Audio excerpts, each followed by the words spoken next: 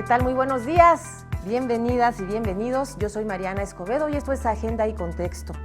El día de ayer, las autoridades capitalinas llevaron a cabo un operativo en la zona del centro histórico, conocida como Peralvillo, y también en Tepito. En esta zona encontraron 2 narcolaboratorios, además un pasadizo secreto, una especie de túnel que conectaba a 2 calles muy importantes en esta parte, en esta región céntrica de la Ciudad de México. Se dice que estos laboratorios serán usados para metanfetaminas y también había armas de alto poder. Todo esto se registra en medio de una serie de delitos en la Ciudad de México que se han registrado en los últimos 10 meses. El objetivo del operativo era la captura de un individuo conocido como el Lunares, uno de los principales cabecillas del crimen organizado en esta región de la gran capital. Para hablar de este tema me da muchísimo gusto presentarles el día de hoy aquí en los estudios de Capital 21 a Sandra Romandilla, directora de La Silla Rota y también coautora del libro Narco CDMX. Bienvenida. Hola, muchísimas gracias por la invitación. Qué bueno que estás aquí. Desde hace tiempo queríamos conversar contigo. Así Sandra, es un honor para nosotros tenerte en el estudio. También se encuentra la colega y periodista Joana Robles. Bienvenida, buenos días. Hola, buenos días, Mariana. Gracias por la invitación. También contamos con la valiosa participación esta mañana de otro periodista. Él es Ernesto Osorio. Hola, Mariana. De la Gaceta Ciudadana. Así es. Bueno, pues lo dejo ya aquí en la mesa de debate, de análisis esta mañana. ¿Cómo ven el operativo? Si resultó exitoso o no, o positivo o negativo para ustedes. ¿Qué fue lo que ocurrió el día de ayer en esta zona del centro de la capital? Sandra. Bueno, mira, por una parte fue exitoso porque se logró detener a personas, se logró de alguna manera desarticular esta zona de la ciudad que a todos nos sorprendió, que estuviera pues copada de criminales, de narcolaboratorios y de todo esto que pudimos ver en las imágenes en las últimas horas. Pero por otro lado, pues no se detuvo a Lunares, que era el objetivo real. Alguien, como ya dijeron las autoridades locales, pues filtró la información, algún tipo de contubernio entre autoridades, policías, que lo hemos visto de toda la vida. En este libro en el que tuve la oportunidad de participar, Narcos MX, pues describimos muy bien cómo está corrompida toda la base policíaca, sobre todo en esa zona de la ciudad. Y bueno, ayer vimos este resultado, ¿no? Que por una parte, insisto, pues que no haya habido ni un solo disparo y que de alguna manera haya habido este decomiso importante y se hayan detenido a este número de personas, pero por otra parte, pues no se llegó al objetivo. 31 detenidos, Ernesto Osorio, 31 detenidos. Un pasadizo secreto que conectaba a 2 calles. El Lunares, quién sabe dónde está. ¿Qué pasa con la complicidad? Aquí mismo hemos tenido a la procuradora Ernestina Godoy con esta pregunta: ¿qué ocurre con la colusión, la complicidad entre funcionarios, servidores públicos con el crimen organizado? Pues mira, es algo que se ha visto en todas las administraciones desde que tenemos a un jefe de gobierno electo aquí en la ciudad, desde el ingeniero Cuauhtémoc Cárdenas. Pues se empezó a descubrir toda esta red de corrupción que existe al interior de las corporaciones policíacas. Como bien lo dice Sandra, pues bueno, fue un operativo que sí es exitoso.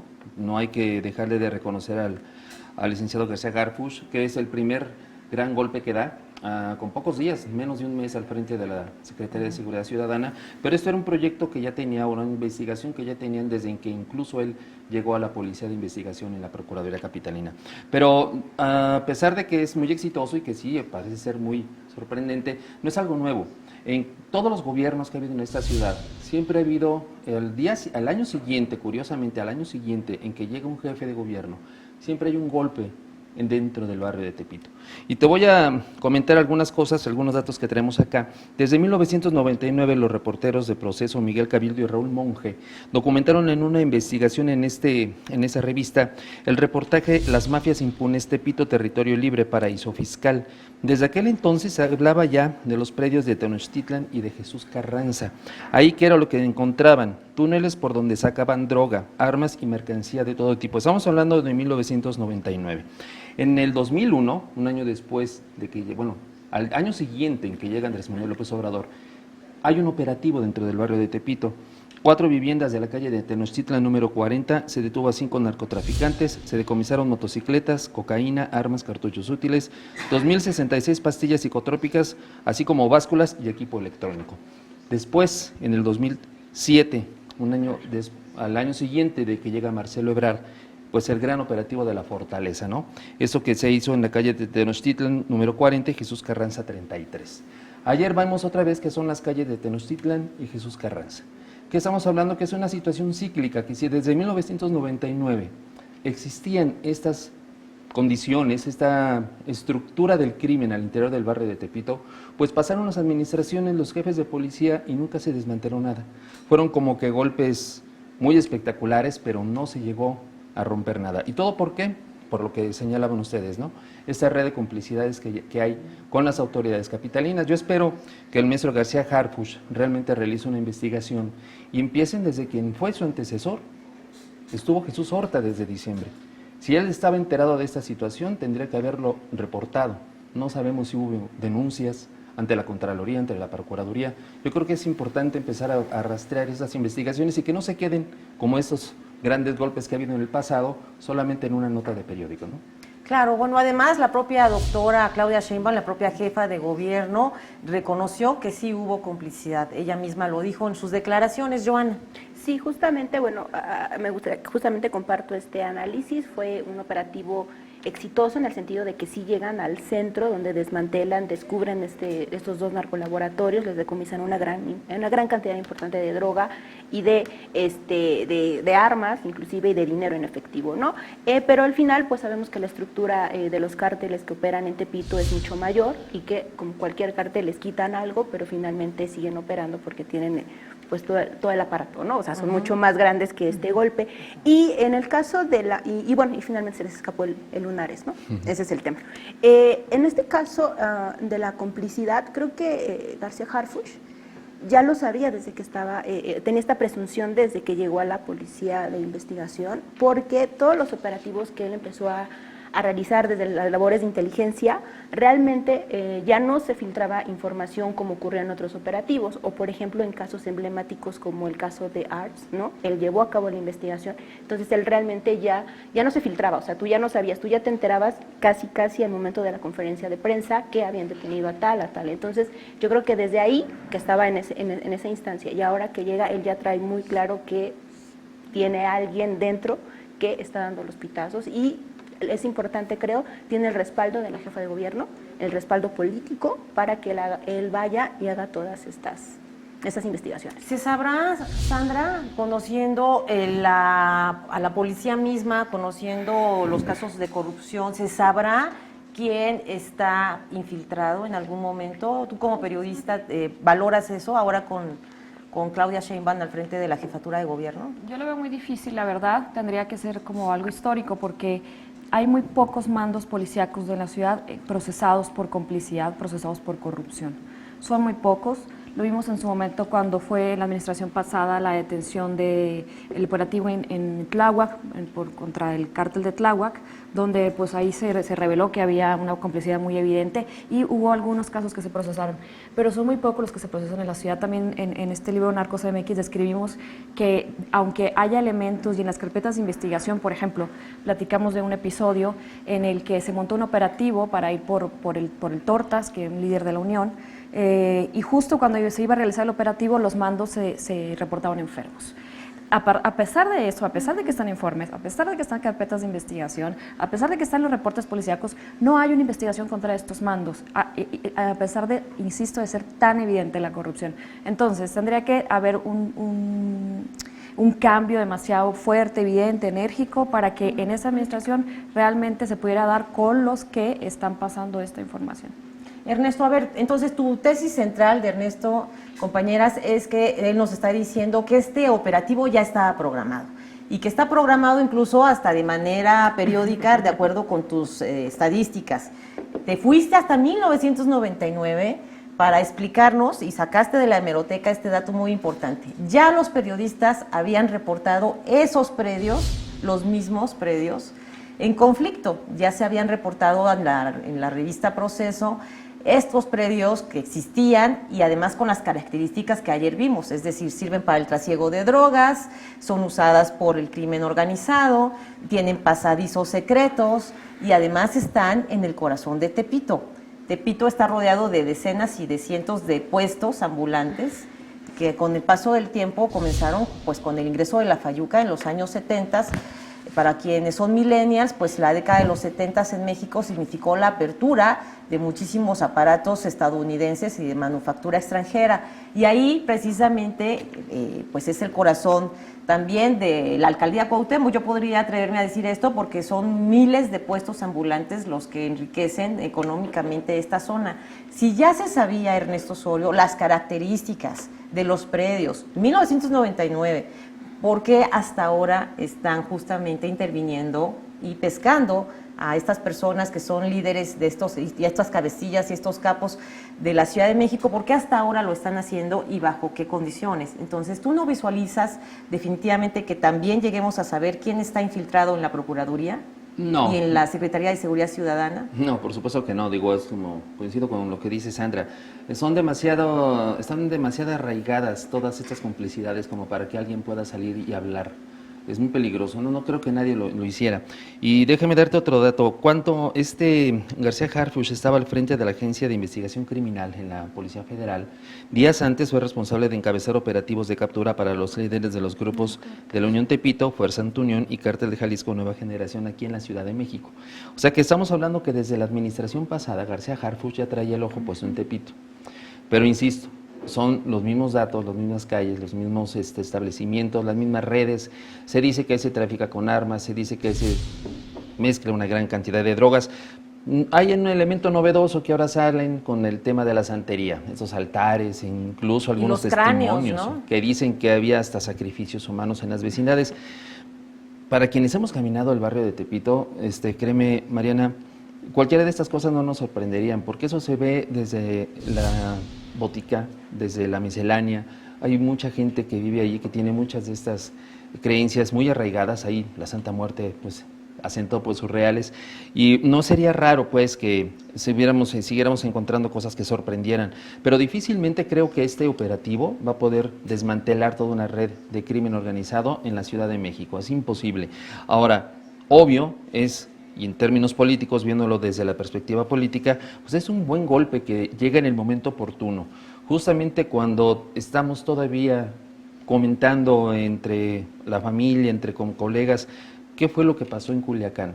Hay una gran decepción por parte de la ciudadanía respecto a quiénes son los que están al frente de las dependencias policíacas, ¿no? ¿Quiénes son los que están al frente de los operativos policíacos? Y tras pues el papelazo que se hizo en Culiacán, llega García Harfuch y nos muestra un operativo quirúrgico limpio, sin una sola bala, 31 detenidos. Se habla, él no lo dice, se cuida mucho, dice que no puede decir qué organización criminal, pero casi todos dicen que es de la Unión Tepito. Esto pues solamente mediáticamente es un buen momento.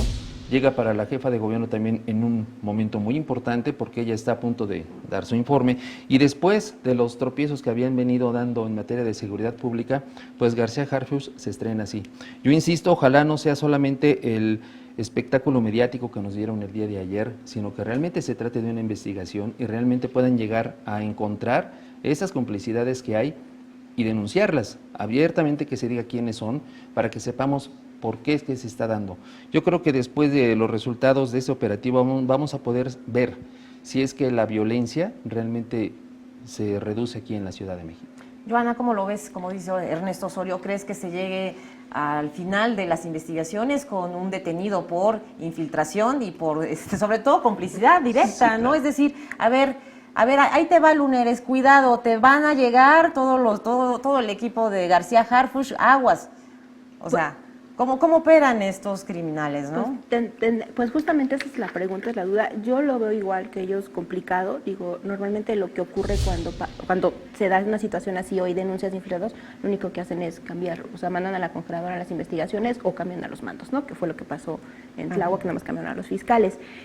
Yo creo que aquí sí depende mucho de el apoyo político que pueda tener y el tema de García Harfuch sabe que va a enfrentarse con un tema de mover mandos, de revelar complicidades y que esto puede generar y desestabilizar un poco la operación de la seguridad pública en la capital, que es lo que luego vemos. Entonces yo creo que sí traen una investigación, lo sabemos, pero el tema es que si llegan hasta mandos superiores o solamente se quedan en mandos operativos, porque puede ser que nada más te presenten algún mando operativo, pero pues ya no llegues más arriba, ¿no? Entonces yo creo que hay que esperar. Yo todavía les doy un poco el beneficio de la duda, sobre todo porque están ahorita con el tema de ir contra exfuncionarios de la pasada administración en otro ámbito, que son como los recursos de la reconstrucción. Entonces yo veo como una voluntad política que eso mueve algunas cosas en materia de investigaciones. Tal vez por ahí pueda ser que salga algo, pero veremos qué tan grande y qué tal es el alcance, ¿no? Y ya lo otro de que generen o de que abatan los delitos de la inseguridad en la ciudad y todo eso, esa es otra cosa, porque realmente es un golpe a una estructura, digamos, que vende droga, no es el robo a transeúnte, no es el robo que es el otro tipo de robo que es el de alto impacto, que es el que está afectando a la ciudadanía, ¿no? No, increíble lo que encontraron, hasta un lanzacohetes encontraron, sí, claro. O sea, Sí, totalmente 50 gramos. armamento de guerra, de claro. zona de guerra, ¿no? El lanzacohetes, 50 kilos de precursores químicos, más de 2 toneladas de marihuana, 20 kilos de cocaína, 20 armas. Yo recuerdo que los operativos en Tijuana, por ejemplo, el operativo más grande de Tijuana que yo había cubierto, 12 toneladas de un solo golpe. 2 toneladas el mismo día en la Ciudad de México te dicen mucho. En Tijuana equivalía a todo lo que se decomisaba en un año. Nada más para que tengan un contexto de lo que estamos comentando. Estamos totalmente en vivo en los estudios de Capital 21. Les recuerdo, la retransmisión de este programa es a las 5 de la tarde. Vamos a la pausa, ya volvemos con la información que a usted y a mí nos importa.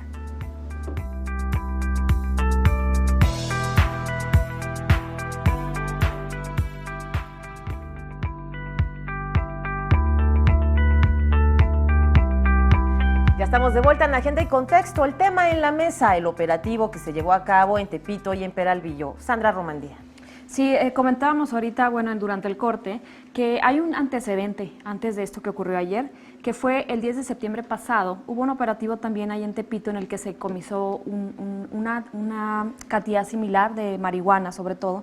Y a partir de entonces, autoridades, fíjate, aquí en una relación muy estrecha con las locales, con las federales, como bien dices, ya estaba García Harfuch sobre estos, empezaron a interceptar las llamadas de El Lunares. La información que tenemos en La Silla Rota y que ustedes pueden ver hoy en lasillarota.com, cuenta la historia de cómo se empezaron a interceptar llamadas de El Lunares y algunos personas enemistadas con él empezaron a dar datos de los diferentes celulares que tenía. A partir de ahí se empieza una investigación para georreferenciar de dónde salían estas señales y así es como el domicilio donde más aparecían estas llamadas era el 33 de Peralvillo. El día del operativo empieza a dejar de dar señales este celular y de todos modos se procede a realizarlo y es cuando se sospecha que algunas horas antes fue cuando se le dio a lo mejor ahí el pitazo de que se fuera, apaga el teléfono, apaga todos sus celulares y se acaba en ese momento la geolocalización, pero las cámaras del C5 estaban también totalmente enfocadas, ¿no? a la zona donde iba a ser el operativo y es así como se da al final con este. Claro, ¿cuál es el perfil de esta persona que le dicen en el argot, ¿no? Chivo, ¿no? El chivato, el que informa, este informante. ¿Cuáles son las características que tiene este perfil, Joana, Ernesto? Pues mira, tiene que ser alguien obviamente de la organización que se beneficia justamente de lo que deja el negocio de la droga, de la venta de armas y que está dentro de la corporación. No puede ser un elemento policíaco, porque no puede tener acceso a tanta información. Tiene que ser un alto mando de la policía, ya sea de la Policía de Investigación, que sería lo más cercano, o de la Secretaría de Seguridad Ciudadana. Ellos son los que tienen acceso a esas carpetas de investigación. Ellos son los que, como dice Sandra, saben cuáles son las vías con las que se está rastreando al delincuente, en este caso a Lunares. El operativo solamente 3, 4 personas, cuando muchos debieron haber tenido conocimiento de que iba a ser a la 1 de la mañana. Pero la forma en la que llegaron los convoys, las unidades de la Secretaría de Marina que perfectamente se acomodaron alrededor de lo que era el domicilio en Peralvillo, y después en la forma de entrar del GERI, del Grupo de Reacción Inmediata de la Secretaría de Seguridad Ciudadana, pues fue, como te digo, quirúrgico. Parecía que ya estaba hasta ensayado, ¿no? Entonces, repito, no entraban a un lugar nuevo, ellos ya incluso sabían cómo estaban los túneles y precisamente por ahí pudieron haber investigado, ¿no? Del Lunares, como tú dices, y coincido con Sandra, le avisaron minutos antes, desde el 10 de septiembre ya tenían como que la ligera sospecha de que alguien iba a hacer algo allí, y quizá lo que vimos solamente fue lo que dejaron. Exacto. ¿A dónde se llevaron todo el gran cargamento? ¿A dónde se llevaron todo el equipo de telecomunicaciones? Y una cosa importante que se está viendo y que a nivel federal también ya vimos que empiezan a dar pasos para poder solucionar ese problema es el tráfico de armas. Nos sorprende que haya un lanzacohetes en Peralvillo guardado. Obviamente no lo iban a utilizar acá. Esto es para que se entregue al crimen organizado, ¿no? Hemos visto en algunas escenas cuando hay enfrentamientos, o lo vimos recientemente ahora en Culiacán, cómo es que el crimen organizado está tan fuertemente armado, llegan incluso a veces a superar en tecnología de armas a la misma autoridad. Entonces, el perfil, regresando a tu pregunta, de esa persona, por supuesto que es un mando, ¿no? Esperemos que realmente, como dice Joana, no se quede solamente, como ha sido en las investigaciones administrativas de la Contraloría y la corrupción, solamente con pequeños peces, semigordos, ¿no? Claro. No, que vayan directamente con quien está. Puede ser incluso que no sea dentro de la Policía de Investigación, posiblemente la Secretaría de Marina, posiblemente la Policía Federal. Alguien tiene que estar dentro del área muy cercana a lo que son la toma de decisiones que dio este pitazo. Totalmente. Joana. Sí, pues yo creo que efectivamente el pitazo está arriba, ¿no? Ya hay una investigación, insisto, ya sabemos que hay una investigación por parte de la Secretaría de Seguridad Ciudadana que ya está como cercando este tema, entonces puede ser que próximamente haya algo, pero pues yo creo que más allá de esto, lo importante es que ya la jefa de gobierno pues también pues nos presente a alguien en este tema, ¿no? Ajá, ¿quién podría estar ahí? Desde el 99, dice Ernesto Osorio, que desde 1999 se tenía ya el reporte periodístico publicado en esta revista de circulación nacional, Proceso, de que esos predios tenían relación con el narcotráfico. 1999 y estamos en el 2019. ¿A qué atribuyes que primero se haya negado la existencia del narcotráfico en la Ciudad de México y ahora estamos viendo todo esto? Bueno, eso fue con Mancera, ¿no? Eso fue que con lo negó. Mancera. A mí lo que siempre me preocupó más en la administración de Miguel Ángel Mancera es que esta negación sistemática de que el crimen organizado estaba aquí es que no hacían nada, ¿no? O sea, realmente se la creyeron o simulaban no hacer nada y por eso fue que creció tanto, ¿no? Y realmente se permitió todo esto. Y ahora, pues finalmente, el hecho de que se esté reconociendo que existe, ¿no? Ya permite hacer algo, al menos estos operativos. Y además, bueno, regresar al tema de García Harfuch, no solamente está haciendo estos golpes o estas investigaciones en Tepito, ¿no? También vemos que está yendo a Xochimilco haciendo estos operativos pequeños, yendo sobre los Rodolfos, yendo sobre estos grupos criminales y de trasiego de drogas que están en otras zonas de la ciudad que hemos venido documentando.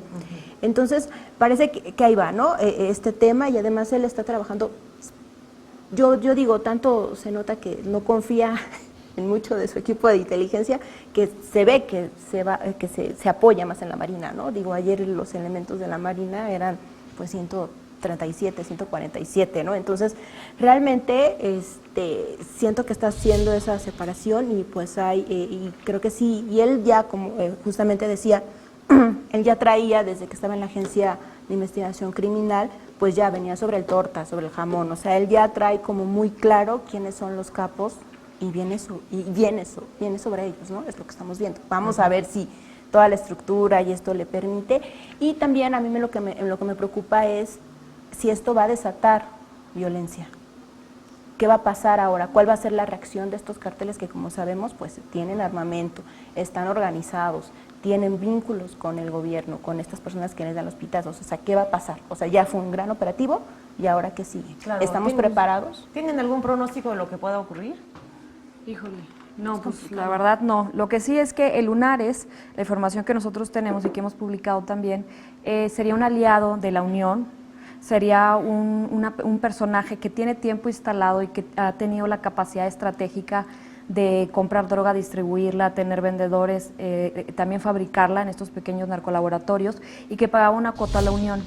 El Lunares viene desde una formación mucho más hacia atrás de la Unión. Hay que recordar que la palabra Unión o el nombre de la Unión se ha puesto a varios grupos en la Ciudad de México, de la Unión Insurgentes, la Unión del Betito, que es la actual, la Unión anterior que era de Pancho Cayagua, que estoy hablando de 3 años atrás. Cuando matan a este líder, que fue uno de los primeros que creó, que se apropió de este grupo de la Unión, que vale la pena decir que fue bautizado y apadrinado por la Barbie, Beltrán Leiva, como lo contamos en el libro Narcos MX en 2008.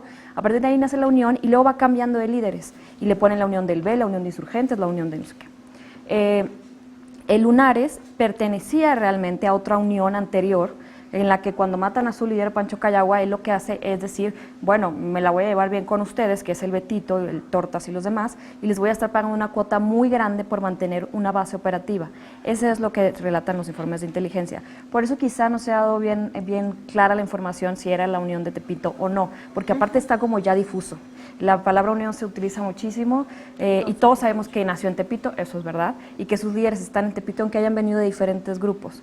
El Lunares es muy importante en el sentido de el poder de fuego que tenía y el poder de distribución de droga que tenía y la estructura que él ya tenía establecida, insisto, con un sistema casi civilizado de cuotas. Esa es la información que nosotros tenemos. ¿Qué pasa con esto? Pues detienen esta estructura, hacen este decomiso importante y por supuesto que hay la preocupación de que estos grupos desde hace algunos años diversificaron sus delitos de manera tremenda en la ciudad y se instalaron para extorsionar en Polanco, en la Roma, en la Condesa, los tenemos en el restaurante, en el Tianguis, en el bar de al lado y sabemos que son maneras para sacar dinero. Cuando la teoría siempre de los gobiernos es que hay que golpear las estructuras financieras de los cárteles. Hay muchos que no están de acuerdo. ¿Por qué? Hay analistas que no están de acuerdo. Porque al momento que les quitan el dinero, por ejemplo en esta ocasión que les decomisan, necesitan ellos flujo y empiezan a extorsionar más, a secuestrar, a robar, a invadir predios,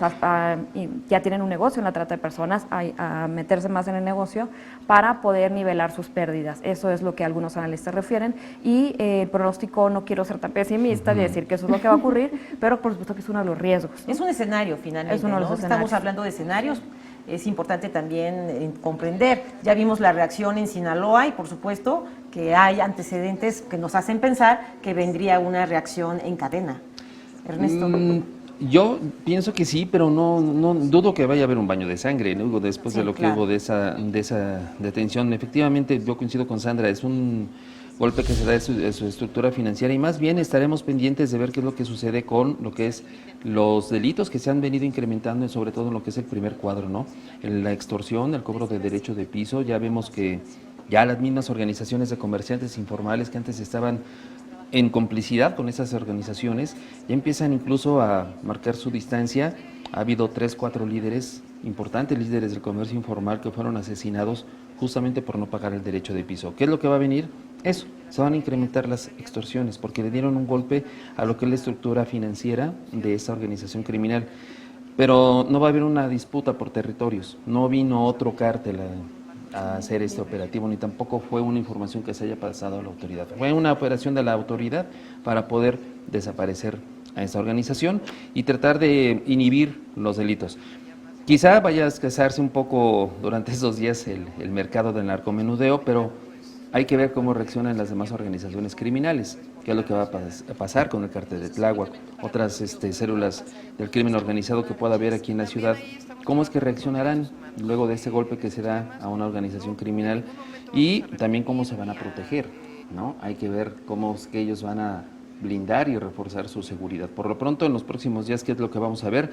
Pues sí, quizá un asunto de incremento en las extorsiones, incremento en los secuestros, incremento en los robos a gran escala por parte de esas organizaciones criminales para recuperar un poco de lo que ayer fue el golpe que dio este operativo y que esperemos, como insisto, pues no se quede solamente con esa detención, sino que trascienda, que vaya más allá.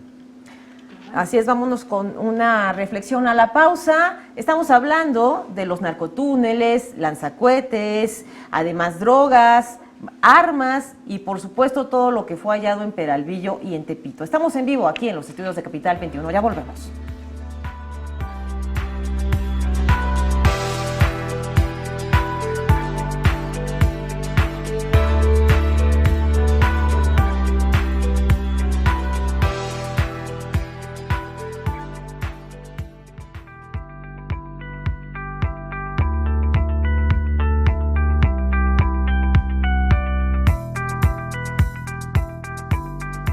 Ya estamos de vuelta en Agenda y Contexto. El tema en la mesa, el operativo que se registró ayer en Tepito y en Peralvillo, en donde se buscaba al famosísimo Lunares, uno de los líderes del cártel de la droga en esta zona. Sin embargo, no se encontró, pero sí se encontraron un lanzacohete, narcotúneles y además drogas y armas.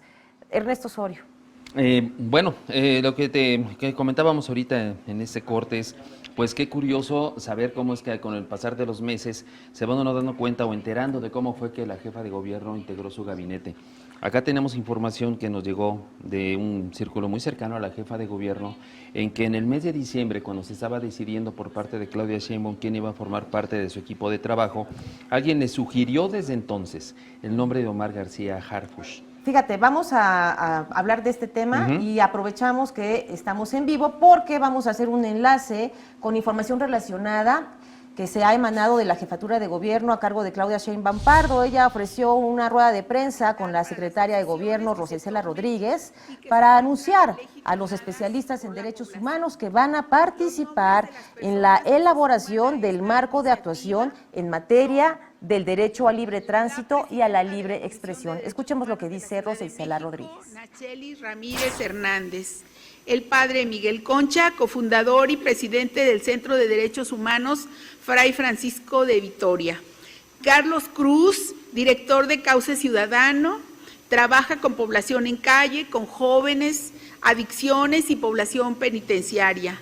Laura Díaz de León, directora ejecutiva del Instituto para la Seguridad y la Democracia, INCIDE. Sandra Serrano, profesora investigadora de Flaxo México, doctora en Derecho del Instituto de Investigaciones Jurídicas de la UNAM. Aide García, coordinadora del área de Relaciones Interinstitucionales de Católicas por el Derecho a Decidir. El doctor Javier Delgado Campos, director del Programa Universitario de Estudios sobre la Ciudad de la UNAM, del PUEC. Miguel Álvarez Gándara, presidente y fundador de Serapaz, Premio Nacional de Derechos Humanos 2017. También Armando Miguel Barrera de Marabunta. Michelle Guerra Sastre, Justicia por las Mujeres. Eso sería. Bueno, pues agradecemos a estas personalidades. El objetivo es poder tener un marco de actuación. Ellos pues van a estar coordinados por la Secretaría de Gobierno y en 15 días nuestro objetivo es tener pues este marco de actuación cuyo fundamento sea proteger los derechos de todos y de todas, de aquellos que quieren manifestarse, el derecho a la manifestación, pero también el derecho al libre tránsito. Entonces, estos derechos que parecen en algunos momentos estar conflictuados, siempre es indispensable tener la base de los derechos humanos, los protocolos internacionales, los protocolos de derechos humanos para que el gobierno de la ciudad actúe dentro de este marco en beneficio de los derechos de todos los ciudadanos. Son las palabras de la jefa de gobierno, Claudia Sheinbaum. Ella está mencionando que habrá un plazo de 15 días para presentar este nuevo marco de actuación frente a los bloqueos que se han realizado, pero también este grupo será coordinado por la secretaria de Gobierno, Rosa Isela Rodríguez Velázquez. Van a utilizar encuestas y otros instrumentos de medición que les permitirán conocer la opinión de la ciudadanía. Ernesto Osorio. Sí, yo nada más un pequeño comentario, me parece que es un gran acierto, al menos dos nombres aquí me llaman la atención en este grupo de notables que integra la jefa de gobierno para crear ese marco de actuación, pues el doctor Miguel Concha con una larga trayectoria en materia de derechos humanos. Esperemos que pueda dar, obviamente su aportación va a ser valiosísima, pero ojalá se pueda concretar el marco de actuación. Y a diferencia de otros grupos, y tiene que ver con lo que voy a comentar ahorita y que decíamos acerca del equipo de gobierno de la doctora Claudia Sheinbaum, es que no solamente hay académicos, sino que también hay ciudadanos. Y aquí yo destaco la participación de Miguel Ángel Álvarez Gándara, quien es integrante de Marabunta, porque sabemos que es una asociación civil que justamente su trabajo es estar en las marchas y manifestaciones. Creo que es un acierto que combinen esas dos cosas. Yo espero, hago votos porque realmente funcione, y en 15 días estaremos viendo este marco de actuación. Pero bueno, regresaba un poco, decía yo que en diciembre del año pasado, cuando la doctora estaba haciendo su equipo de gobierno, a ella le sugirió, alguien muy cercano a ella, que integrara al doctor Omar García Harfuch. Sin embargo, hubo un convidado que, como siempre, muy amable, pues se pasó a la mesa y pues metió su sugerencia, y estamos hablando del canciller Marcelo Ebrard, quien propuso a Jesús Horta para que fuera el titular de la Secretaría de Seguridad Ciudadana. ¿Qué pasó? Pues no duró de un año. Si en su momento la doctora Sheinbaum hubiera hecho caso a esta sugerencia que le hacían de que Omar García Harfuch se integrara desde el principio a la administración capitalina, quizá ahorita estaríamos hablando de una situación que no se hubiese dado, por ejemplo, con el caso de Norberto Ronquillo, o con el caso de Leonardo, el jovencito ese que también fue asesinado, o quizá los tropiezos que hubo ahora con las movilizaciones y los grupos radicales que se infiltraron en las marchas. Creo que en algún momento, si la doctora Claudia Sheinbaum rectificó, creo que ese es el más importante, y esperemos que el maestro García Harfuch pues tenga un destacado papel, a diferencia pues de lo que pudo haber sido el secretario Jesús Horta, ¿no? Alfonso Durazo no tenía muy buena vibra, no le parecía muy bien que llegara Omar García Harfuch al gobierno de la ciudad, y mira lo que son las cosas, al final tuvieron que ingresarlo y ahí están los resultados. Sandra Romandía, a pesar de los antecedentes familiares de Omar García Harfuch. Sí, la verdad es que ha dado sorpresas. Yo creo que son muy pocos los que han criticado su trabajo. Es un hombre muy joven, aparte nació en el 82, o sea, tendrá que 36 años. Y que hasta ahorita pues ha venido mostrando como una carrera como firme, muy cuidadoso, incluso al hablar, al expresarse, al moverse, y eso pues ha generado confianza y sobre todo, insisto, como en una percepción positiva, o al menos como de darle el beneficio de la duda, a ver si lo va a lograr. Creo que es importante que sea alguien joven, que venga con otro tipo de energía, con un poquito menos de relaciones con personajes más oscuros, a pesar de sus antecedentes, por supuesto, de relaciones en las corporaciones con estos grupos o mandos que al final siempre han estado en contacto con los grupos de los criminales en el país, y bueno, en este caso en la ciudad. Entonces sería una buena muestra que a 18 días de que entró, este operativo pues fue semi exitoso, y al menos no dejó violencia. Así es. Y pues dejó más o menos bien parada a la doctora. No sé, ya después de lo que ha ocurrido se agradece, por supuesto, que no haya derramado sangre, ¿no, Joana? Sí, exactamente, y justamente con García Harfuch, de hecho sí, desde antes ya había estas voces. Cuando llegó justamente a la PDI, muchos ya lo veían en la Secretaría, ¿no? Entonces ya era como algo que se mencionaba, que nada más era cuestión de tiempo. Oye, que llegara ahí a la Secretaría. No hay que olvidar que también el maestro Jesús Horta había prometido que si no daba resultados se iba. Tal vez. Se tardó, pero se fue.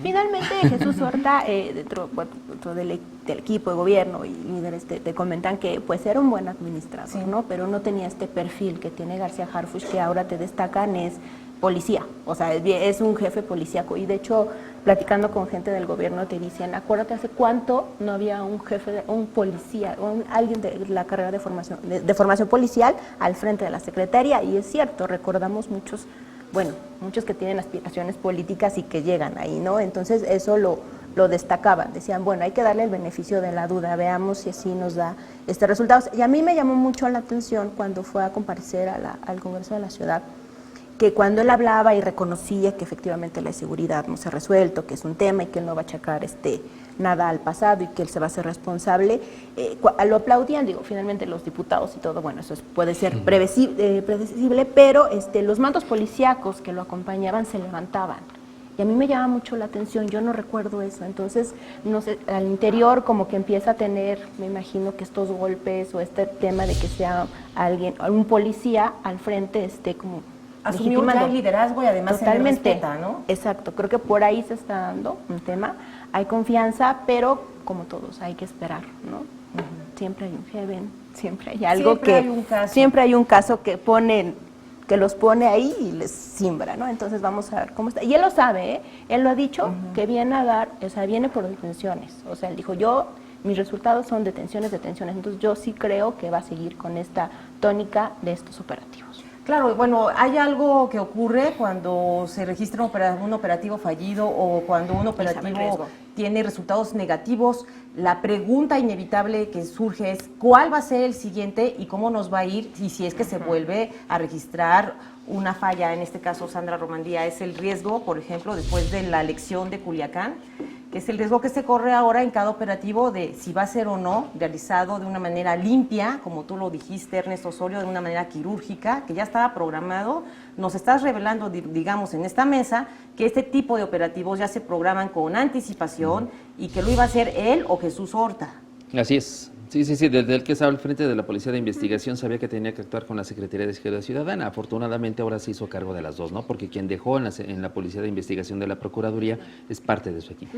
Y lo que se espera de los resultados de estos operativos, uno, es que si son exitosos, que se repitan, pero si son fallidos, que por ningún motivo se derrame sangre ni que se vuelva a repetir. No, y sobre todo que se dé seguimiento. Nosotros hemos documentado casos también en los que hay operativos o hay detenciones y a los meses quedan en libertad las personas. Ahorita hay algunos líderes de la Unión y líderes del cártel de Tláhuac, como el Cindy, que están, como Osmar en el caso de la Unión, que están libres, que fueron detenidos, que por alguna razón son dejados en libertad.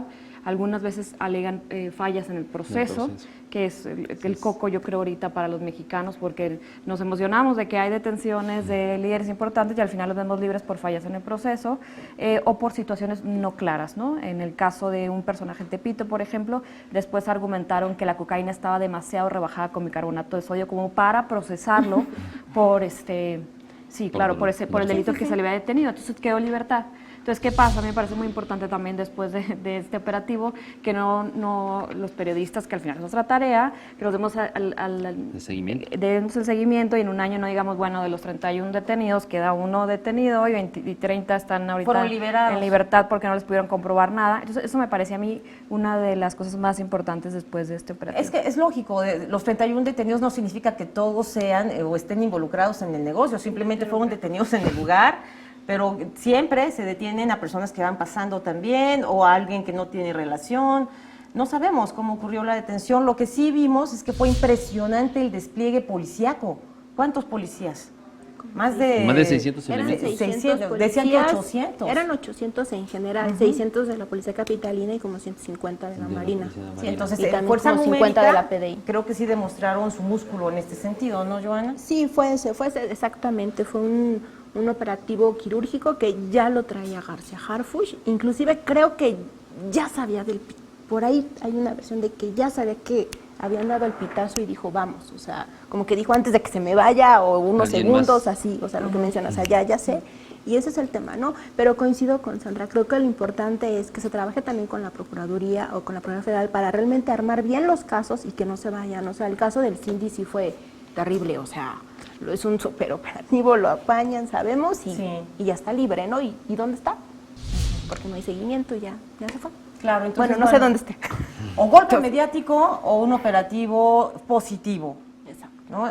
Ya veremos, estamos hablando en vivo de lo que ocurrió en Peralvillo y Tepito, estos narcotúneles, los lanzacohetes, las armas y las drogas, que por cierto, pues parece que siguen llegando de Estados Unidos hacia México en una ruta de las armas que también la ciudadanía espera que se desmantele. Vámonos con esta reflexión a la pausa, ya volvemos, estamos en vivo aquí en los estudios de Capital 21 con la información que a usted y a mí nos importa.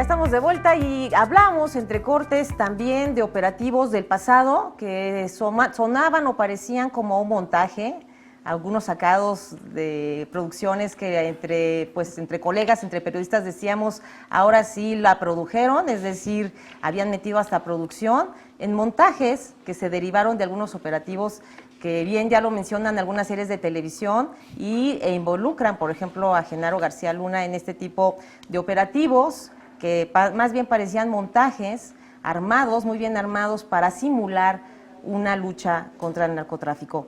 Ahora es otro México, estamos viendo resultados de otro tipo. Sin embargo, el modus operandi de los criminales ahora se mueven con motonetas, se mueven con una serie de sistema de radiocomunicación portátil impresionante, por supuesto con un sistema de circuito cerrado, como lo vimos en este operativo que el día de ayer reveló cámaras colgadas en los árboles y en los alrededores de este predio de Peralvillo 33, justo donde se realizó el operativo. Joana. Sí, justamente, digo, lo más importante es el tema de la vinculación, ¿no?, entre funcionarios y algunos mandos que estén dando el pitazo a estos criminales, pero también ellos cómo se arman y cómo se protegen justamente, ¿no? Sí, el tema de las cámaras, ¿no?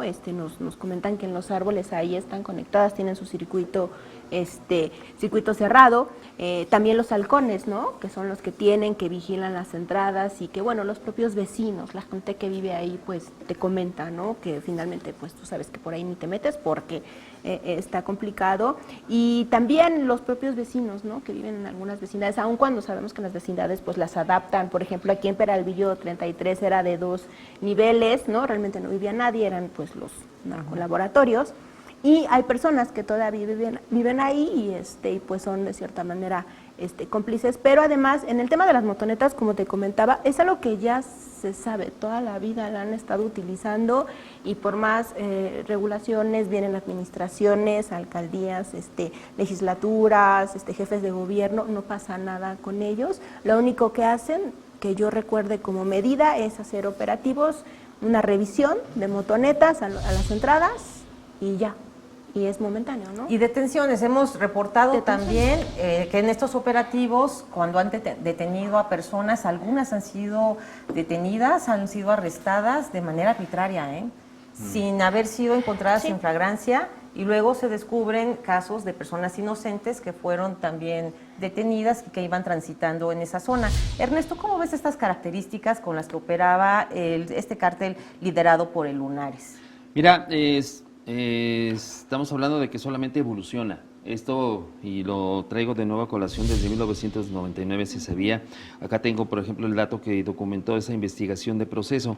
En el mes de noviembre de 99, la Procuraduría Capitalina identificó 38 bandas delictivas que se repartían el barrio y el mercado de drogas, en particular en las calles de Tenochtitlan y Jesús Carranza. Entonces fue cuando se elaboró el Plan Tepito Fase 2.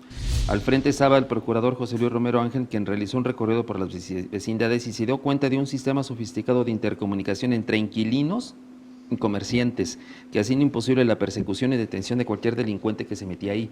Estamos hablando que no solamente ya son los delincuentes, los comerciantes y la autoridad, no, también son vecinos que a los que finalmente se sienten beneficiados, porque a lo mejor se sienten más protegidos por los mismos delincuentes que por la Procuraduría o por la policía, ¿no? Hay una relación de muchos años también entre los vecinos, muchos son familiares, crecieron ahí, son sus amigos de la primaria, la secundaria. Lo vimos cuando fue esta masacre en Garibaldi. Exacto. Los que huyen los van protegiendo y entran a algunas casas donde los protegen, algunos de ellos en la casa de su hermana, etcétera. O sea, ya es una estructura casi como sí, o sea, que está casi en cada cuadra, porque ahí han crecido y ahí se han hecho, aparte de predios, porque tienen algunas de estas bandas algunas maneras de hacerse de predios y de departamentos un poco a la fuerza, en la que pues también van protegiendo a sus familiares y amigos, y así a ellos les sirve para tener una base que por una parte los social, legitima, claro. Los legitiman y dicen, oigan, ustedes son aquí los buenos del barrio, los vamos a cuidar, y que los protegen. Claro. ¿De algún modo se heredan también estos cargos, estas posiciones al interior de estos carteles? ¿Pasan por generaciones? Ha habido relaciones familiares, por supuesto, y también, por ejemplo, hemos documentado relaciones de pareja. O sea, Algo que tiene una característica importante de los grupos de la Unión es que son muy jóvenes, los líderes son muy jóvenes, se camuflajean muy bien con ropa que compran y que se van a los lugares de moda de la ciudad, y tienen parejas muy jóvenes. Lo hemos documentado y sacado en algunas historias de La Silla Rota, en los que mostramos cómo sus novias de pronto se hacen del mando de los pequeños grupos de la gran estructura, y así se van pasando el mando en esta área, al menos que es la de Tepito. Lo vimos también con el cártel de Tláhuac, que Felipe Jesús el Ojos, que también le fue pasando el mando a sus hijos y bueno, también a su pareja, a la pareja de su hija, ¿no? Sí. Entonces estamos viendo que son estructuras familiares y aparte articuladas con el apoyo de los vecinos en algunos casos. Efectivamente, sí, lo que dice Sandra tiene razón, es una red muy bien arraigada dentro del barrio, que por eso puede ser tan espectacular que puedan llegar, pero ojalá podamos ver que lleguen a otros lugares en donde también se concentran esas bandas del crimen organizado, ¿no? No solamente Tepito, porque también hay que pensar en los vecinos que no están relacionados con esas familias, que son los que viven del comercio informal pero legal, ¿no? Claro que las hay, por supuesto. Por supuesto, y la mayoría podrían ser ellos, ¿no? Y mucha gente del barrio a veces me comenta que los estigmatizamos mucho. Escuchamos el barrio bravo. Bueno, bravo es porque sabes que si te paras en Tepito te van a asaltar. Yo he estado en el barrio de Tepito, en pleno centro, donde están, por ejemplo, en los torneos de fútbol del Maracaná, y créeme que sí, de pronto la sensación que percibes es como de que alguien te está observando, de que algo te va a pasar. Y los vecinos te dicen, no, tranquilo, espérame, no pasa nada. Y solamente porque los ves con un tatuaje, o los ves con unos estoperoles, o jóvenes que quizá huelen activo. Bueno, no hay que espantarse. En realidad hay mucha gente que vale la pena dentro del barrio y gente que así también, como puede haber en cualquier zona residencial, que está vinculada con el crimen organizado, ¿no? Yo quiero nada más finalmente, para dar el cerrón a este comentario, coincido mucho con lo que dice Sandra. Creo que tenemos que ver que este operativo que se hizo el día de ayer no se quede solamente en el golpe mediático. Por supuesto que vamos a seguir la investigación a ver hasta dónde llega. No nos vamos a quedar solamente como en el anuncio de que nos dijeron, al parecer hay autoridades. No, queremos saber quiénes son, quiénes estaban al frente, quiénes son los que están operando y qué va a pasar con estas calles.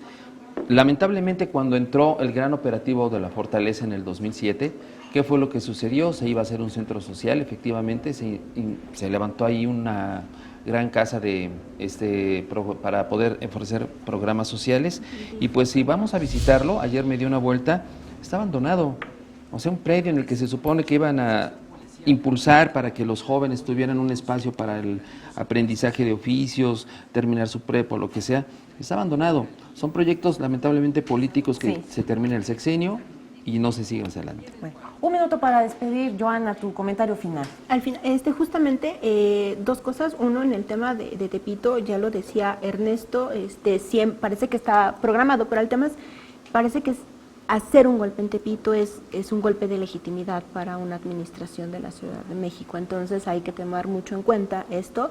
Creo que fue exitoso en este sentido, pero no exitoso porque se les escapó el Lunares. Pero creo que es eso. Y lo otro, sí, darle seguimiento, qué pasa realmente con estos detenidos, cuál es la implicación, qué va a pasar con ellos, y ver qué ocurre con los otros. Y con los coludidos. Y si van sobre Lunares, ¿no? Claro que sí. Un comentario final, 50 segundos. Lo mismo, dar seguimiento a los detenidos, dar seguimiento a las consecuencias de este operativo y recordar que esta ciudad ya no es la misma desde hace años, y si no hay estrategias fuertes y agresivas, no va a cambiar lo que está ocurriendo en la ciudad.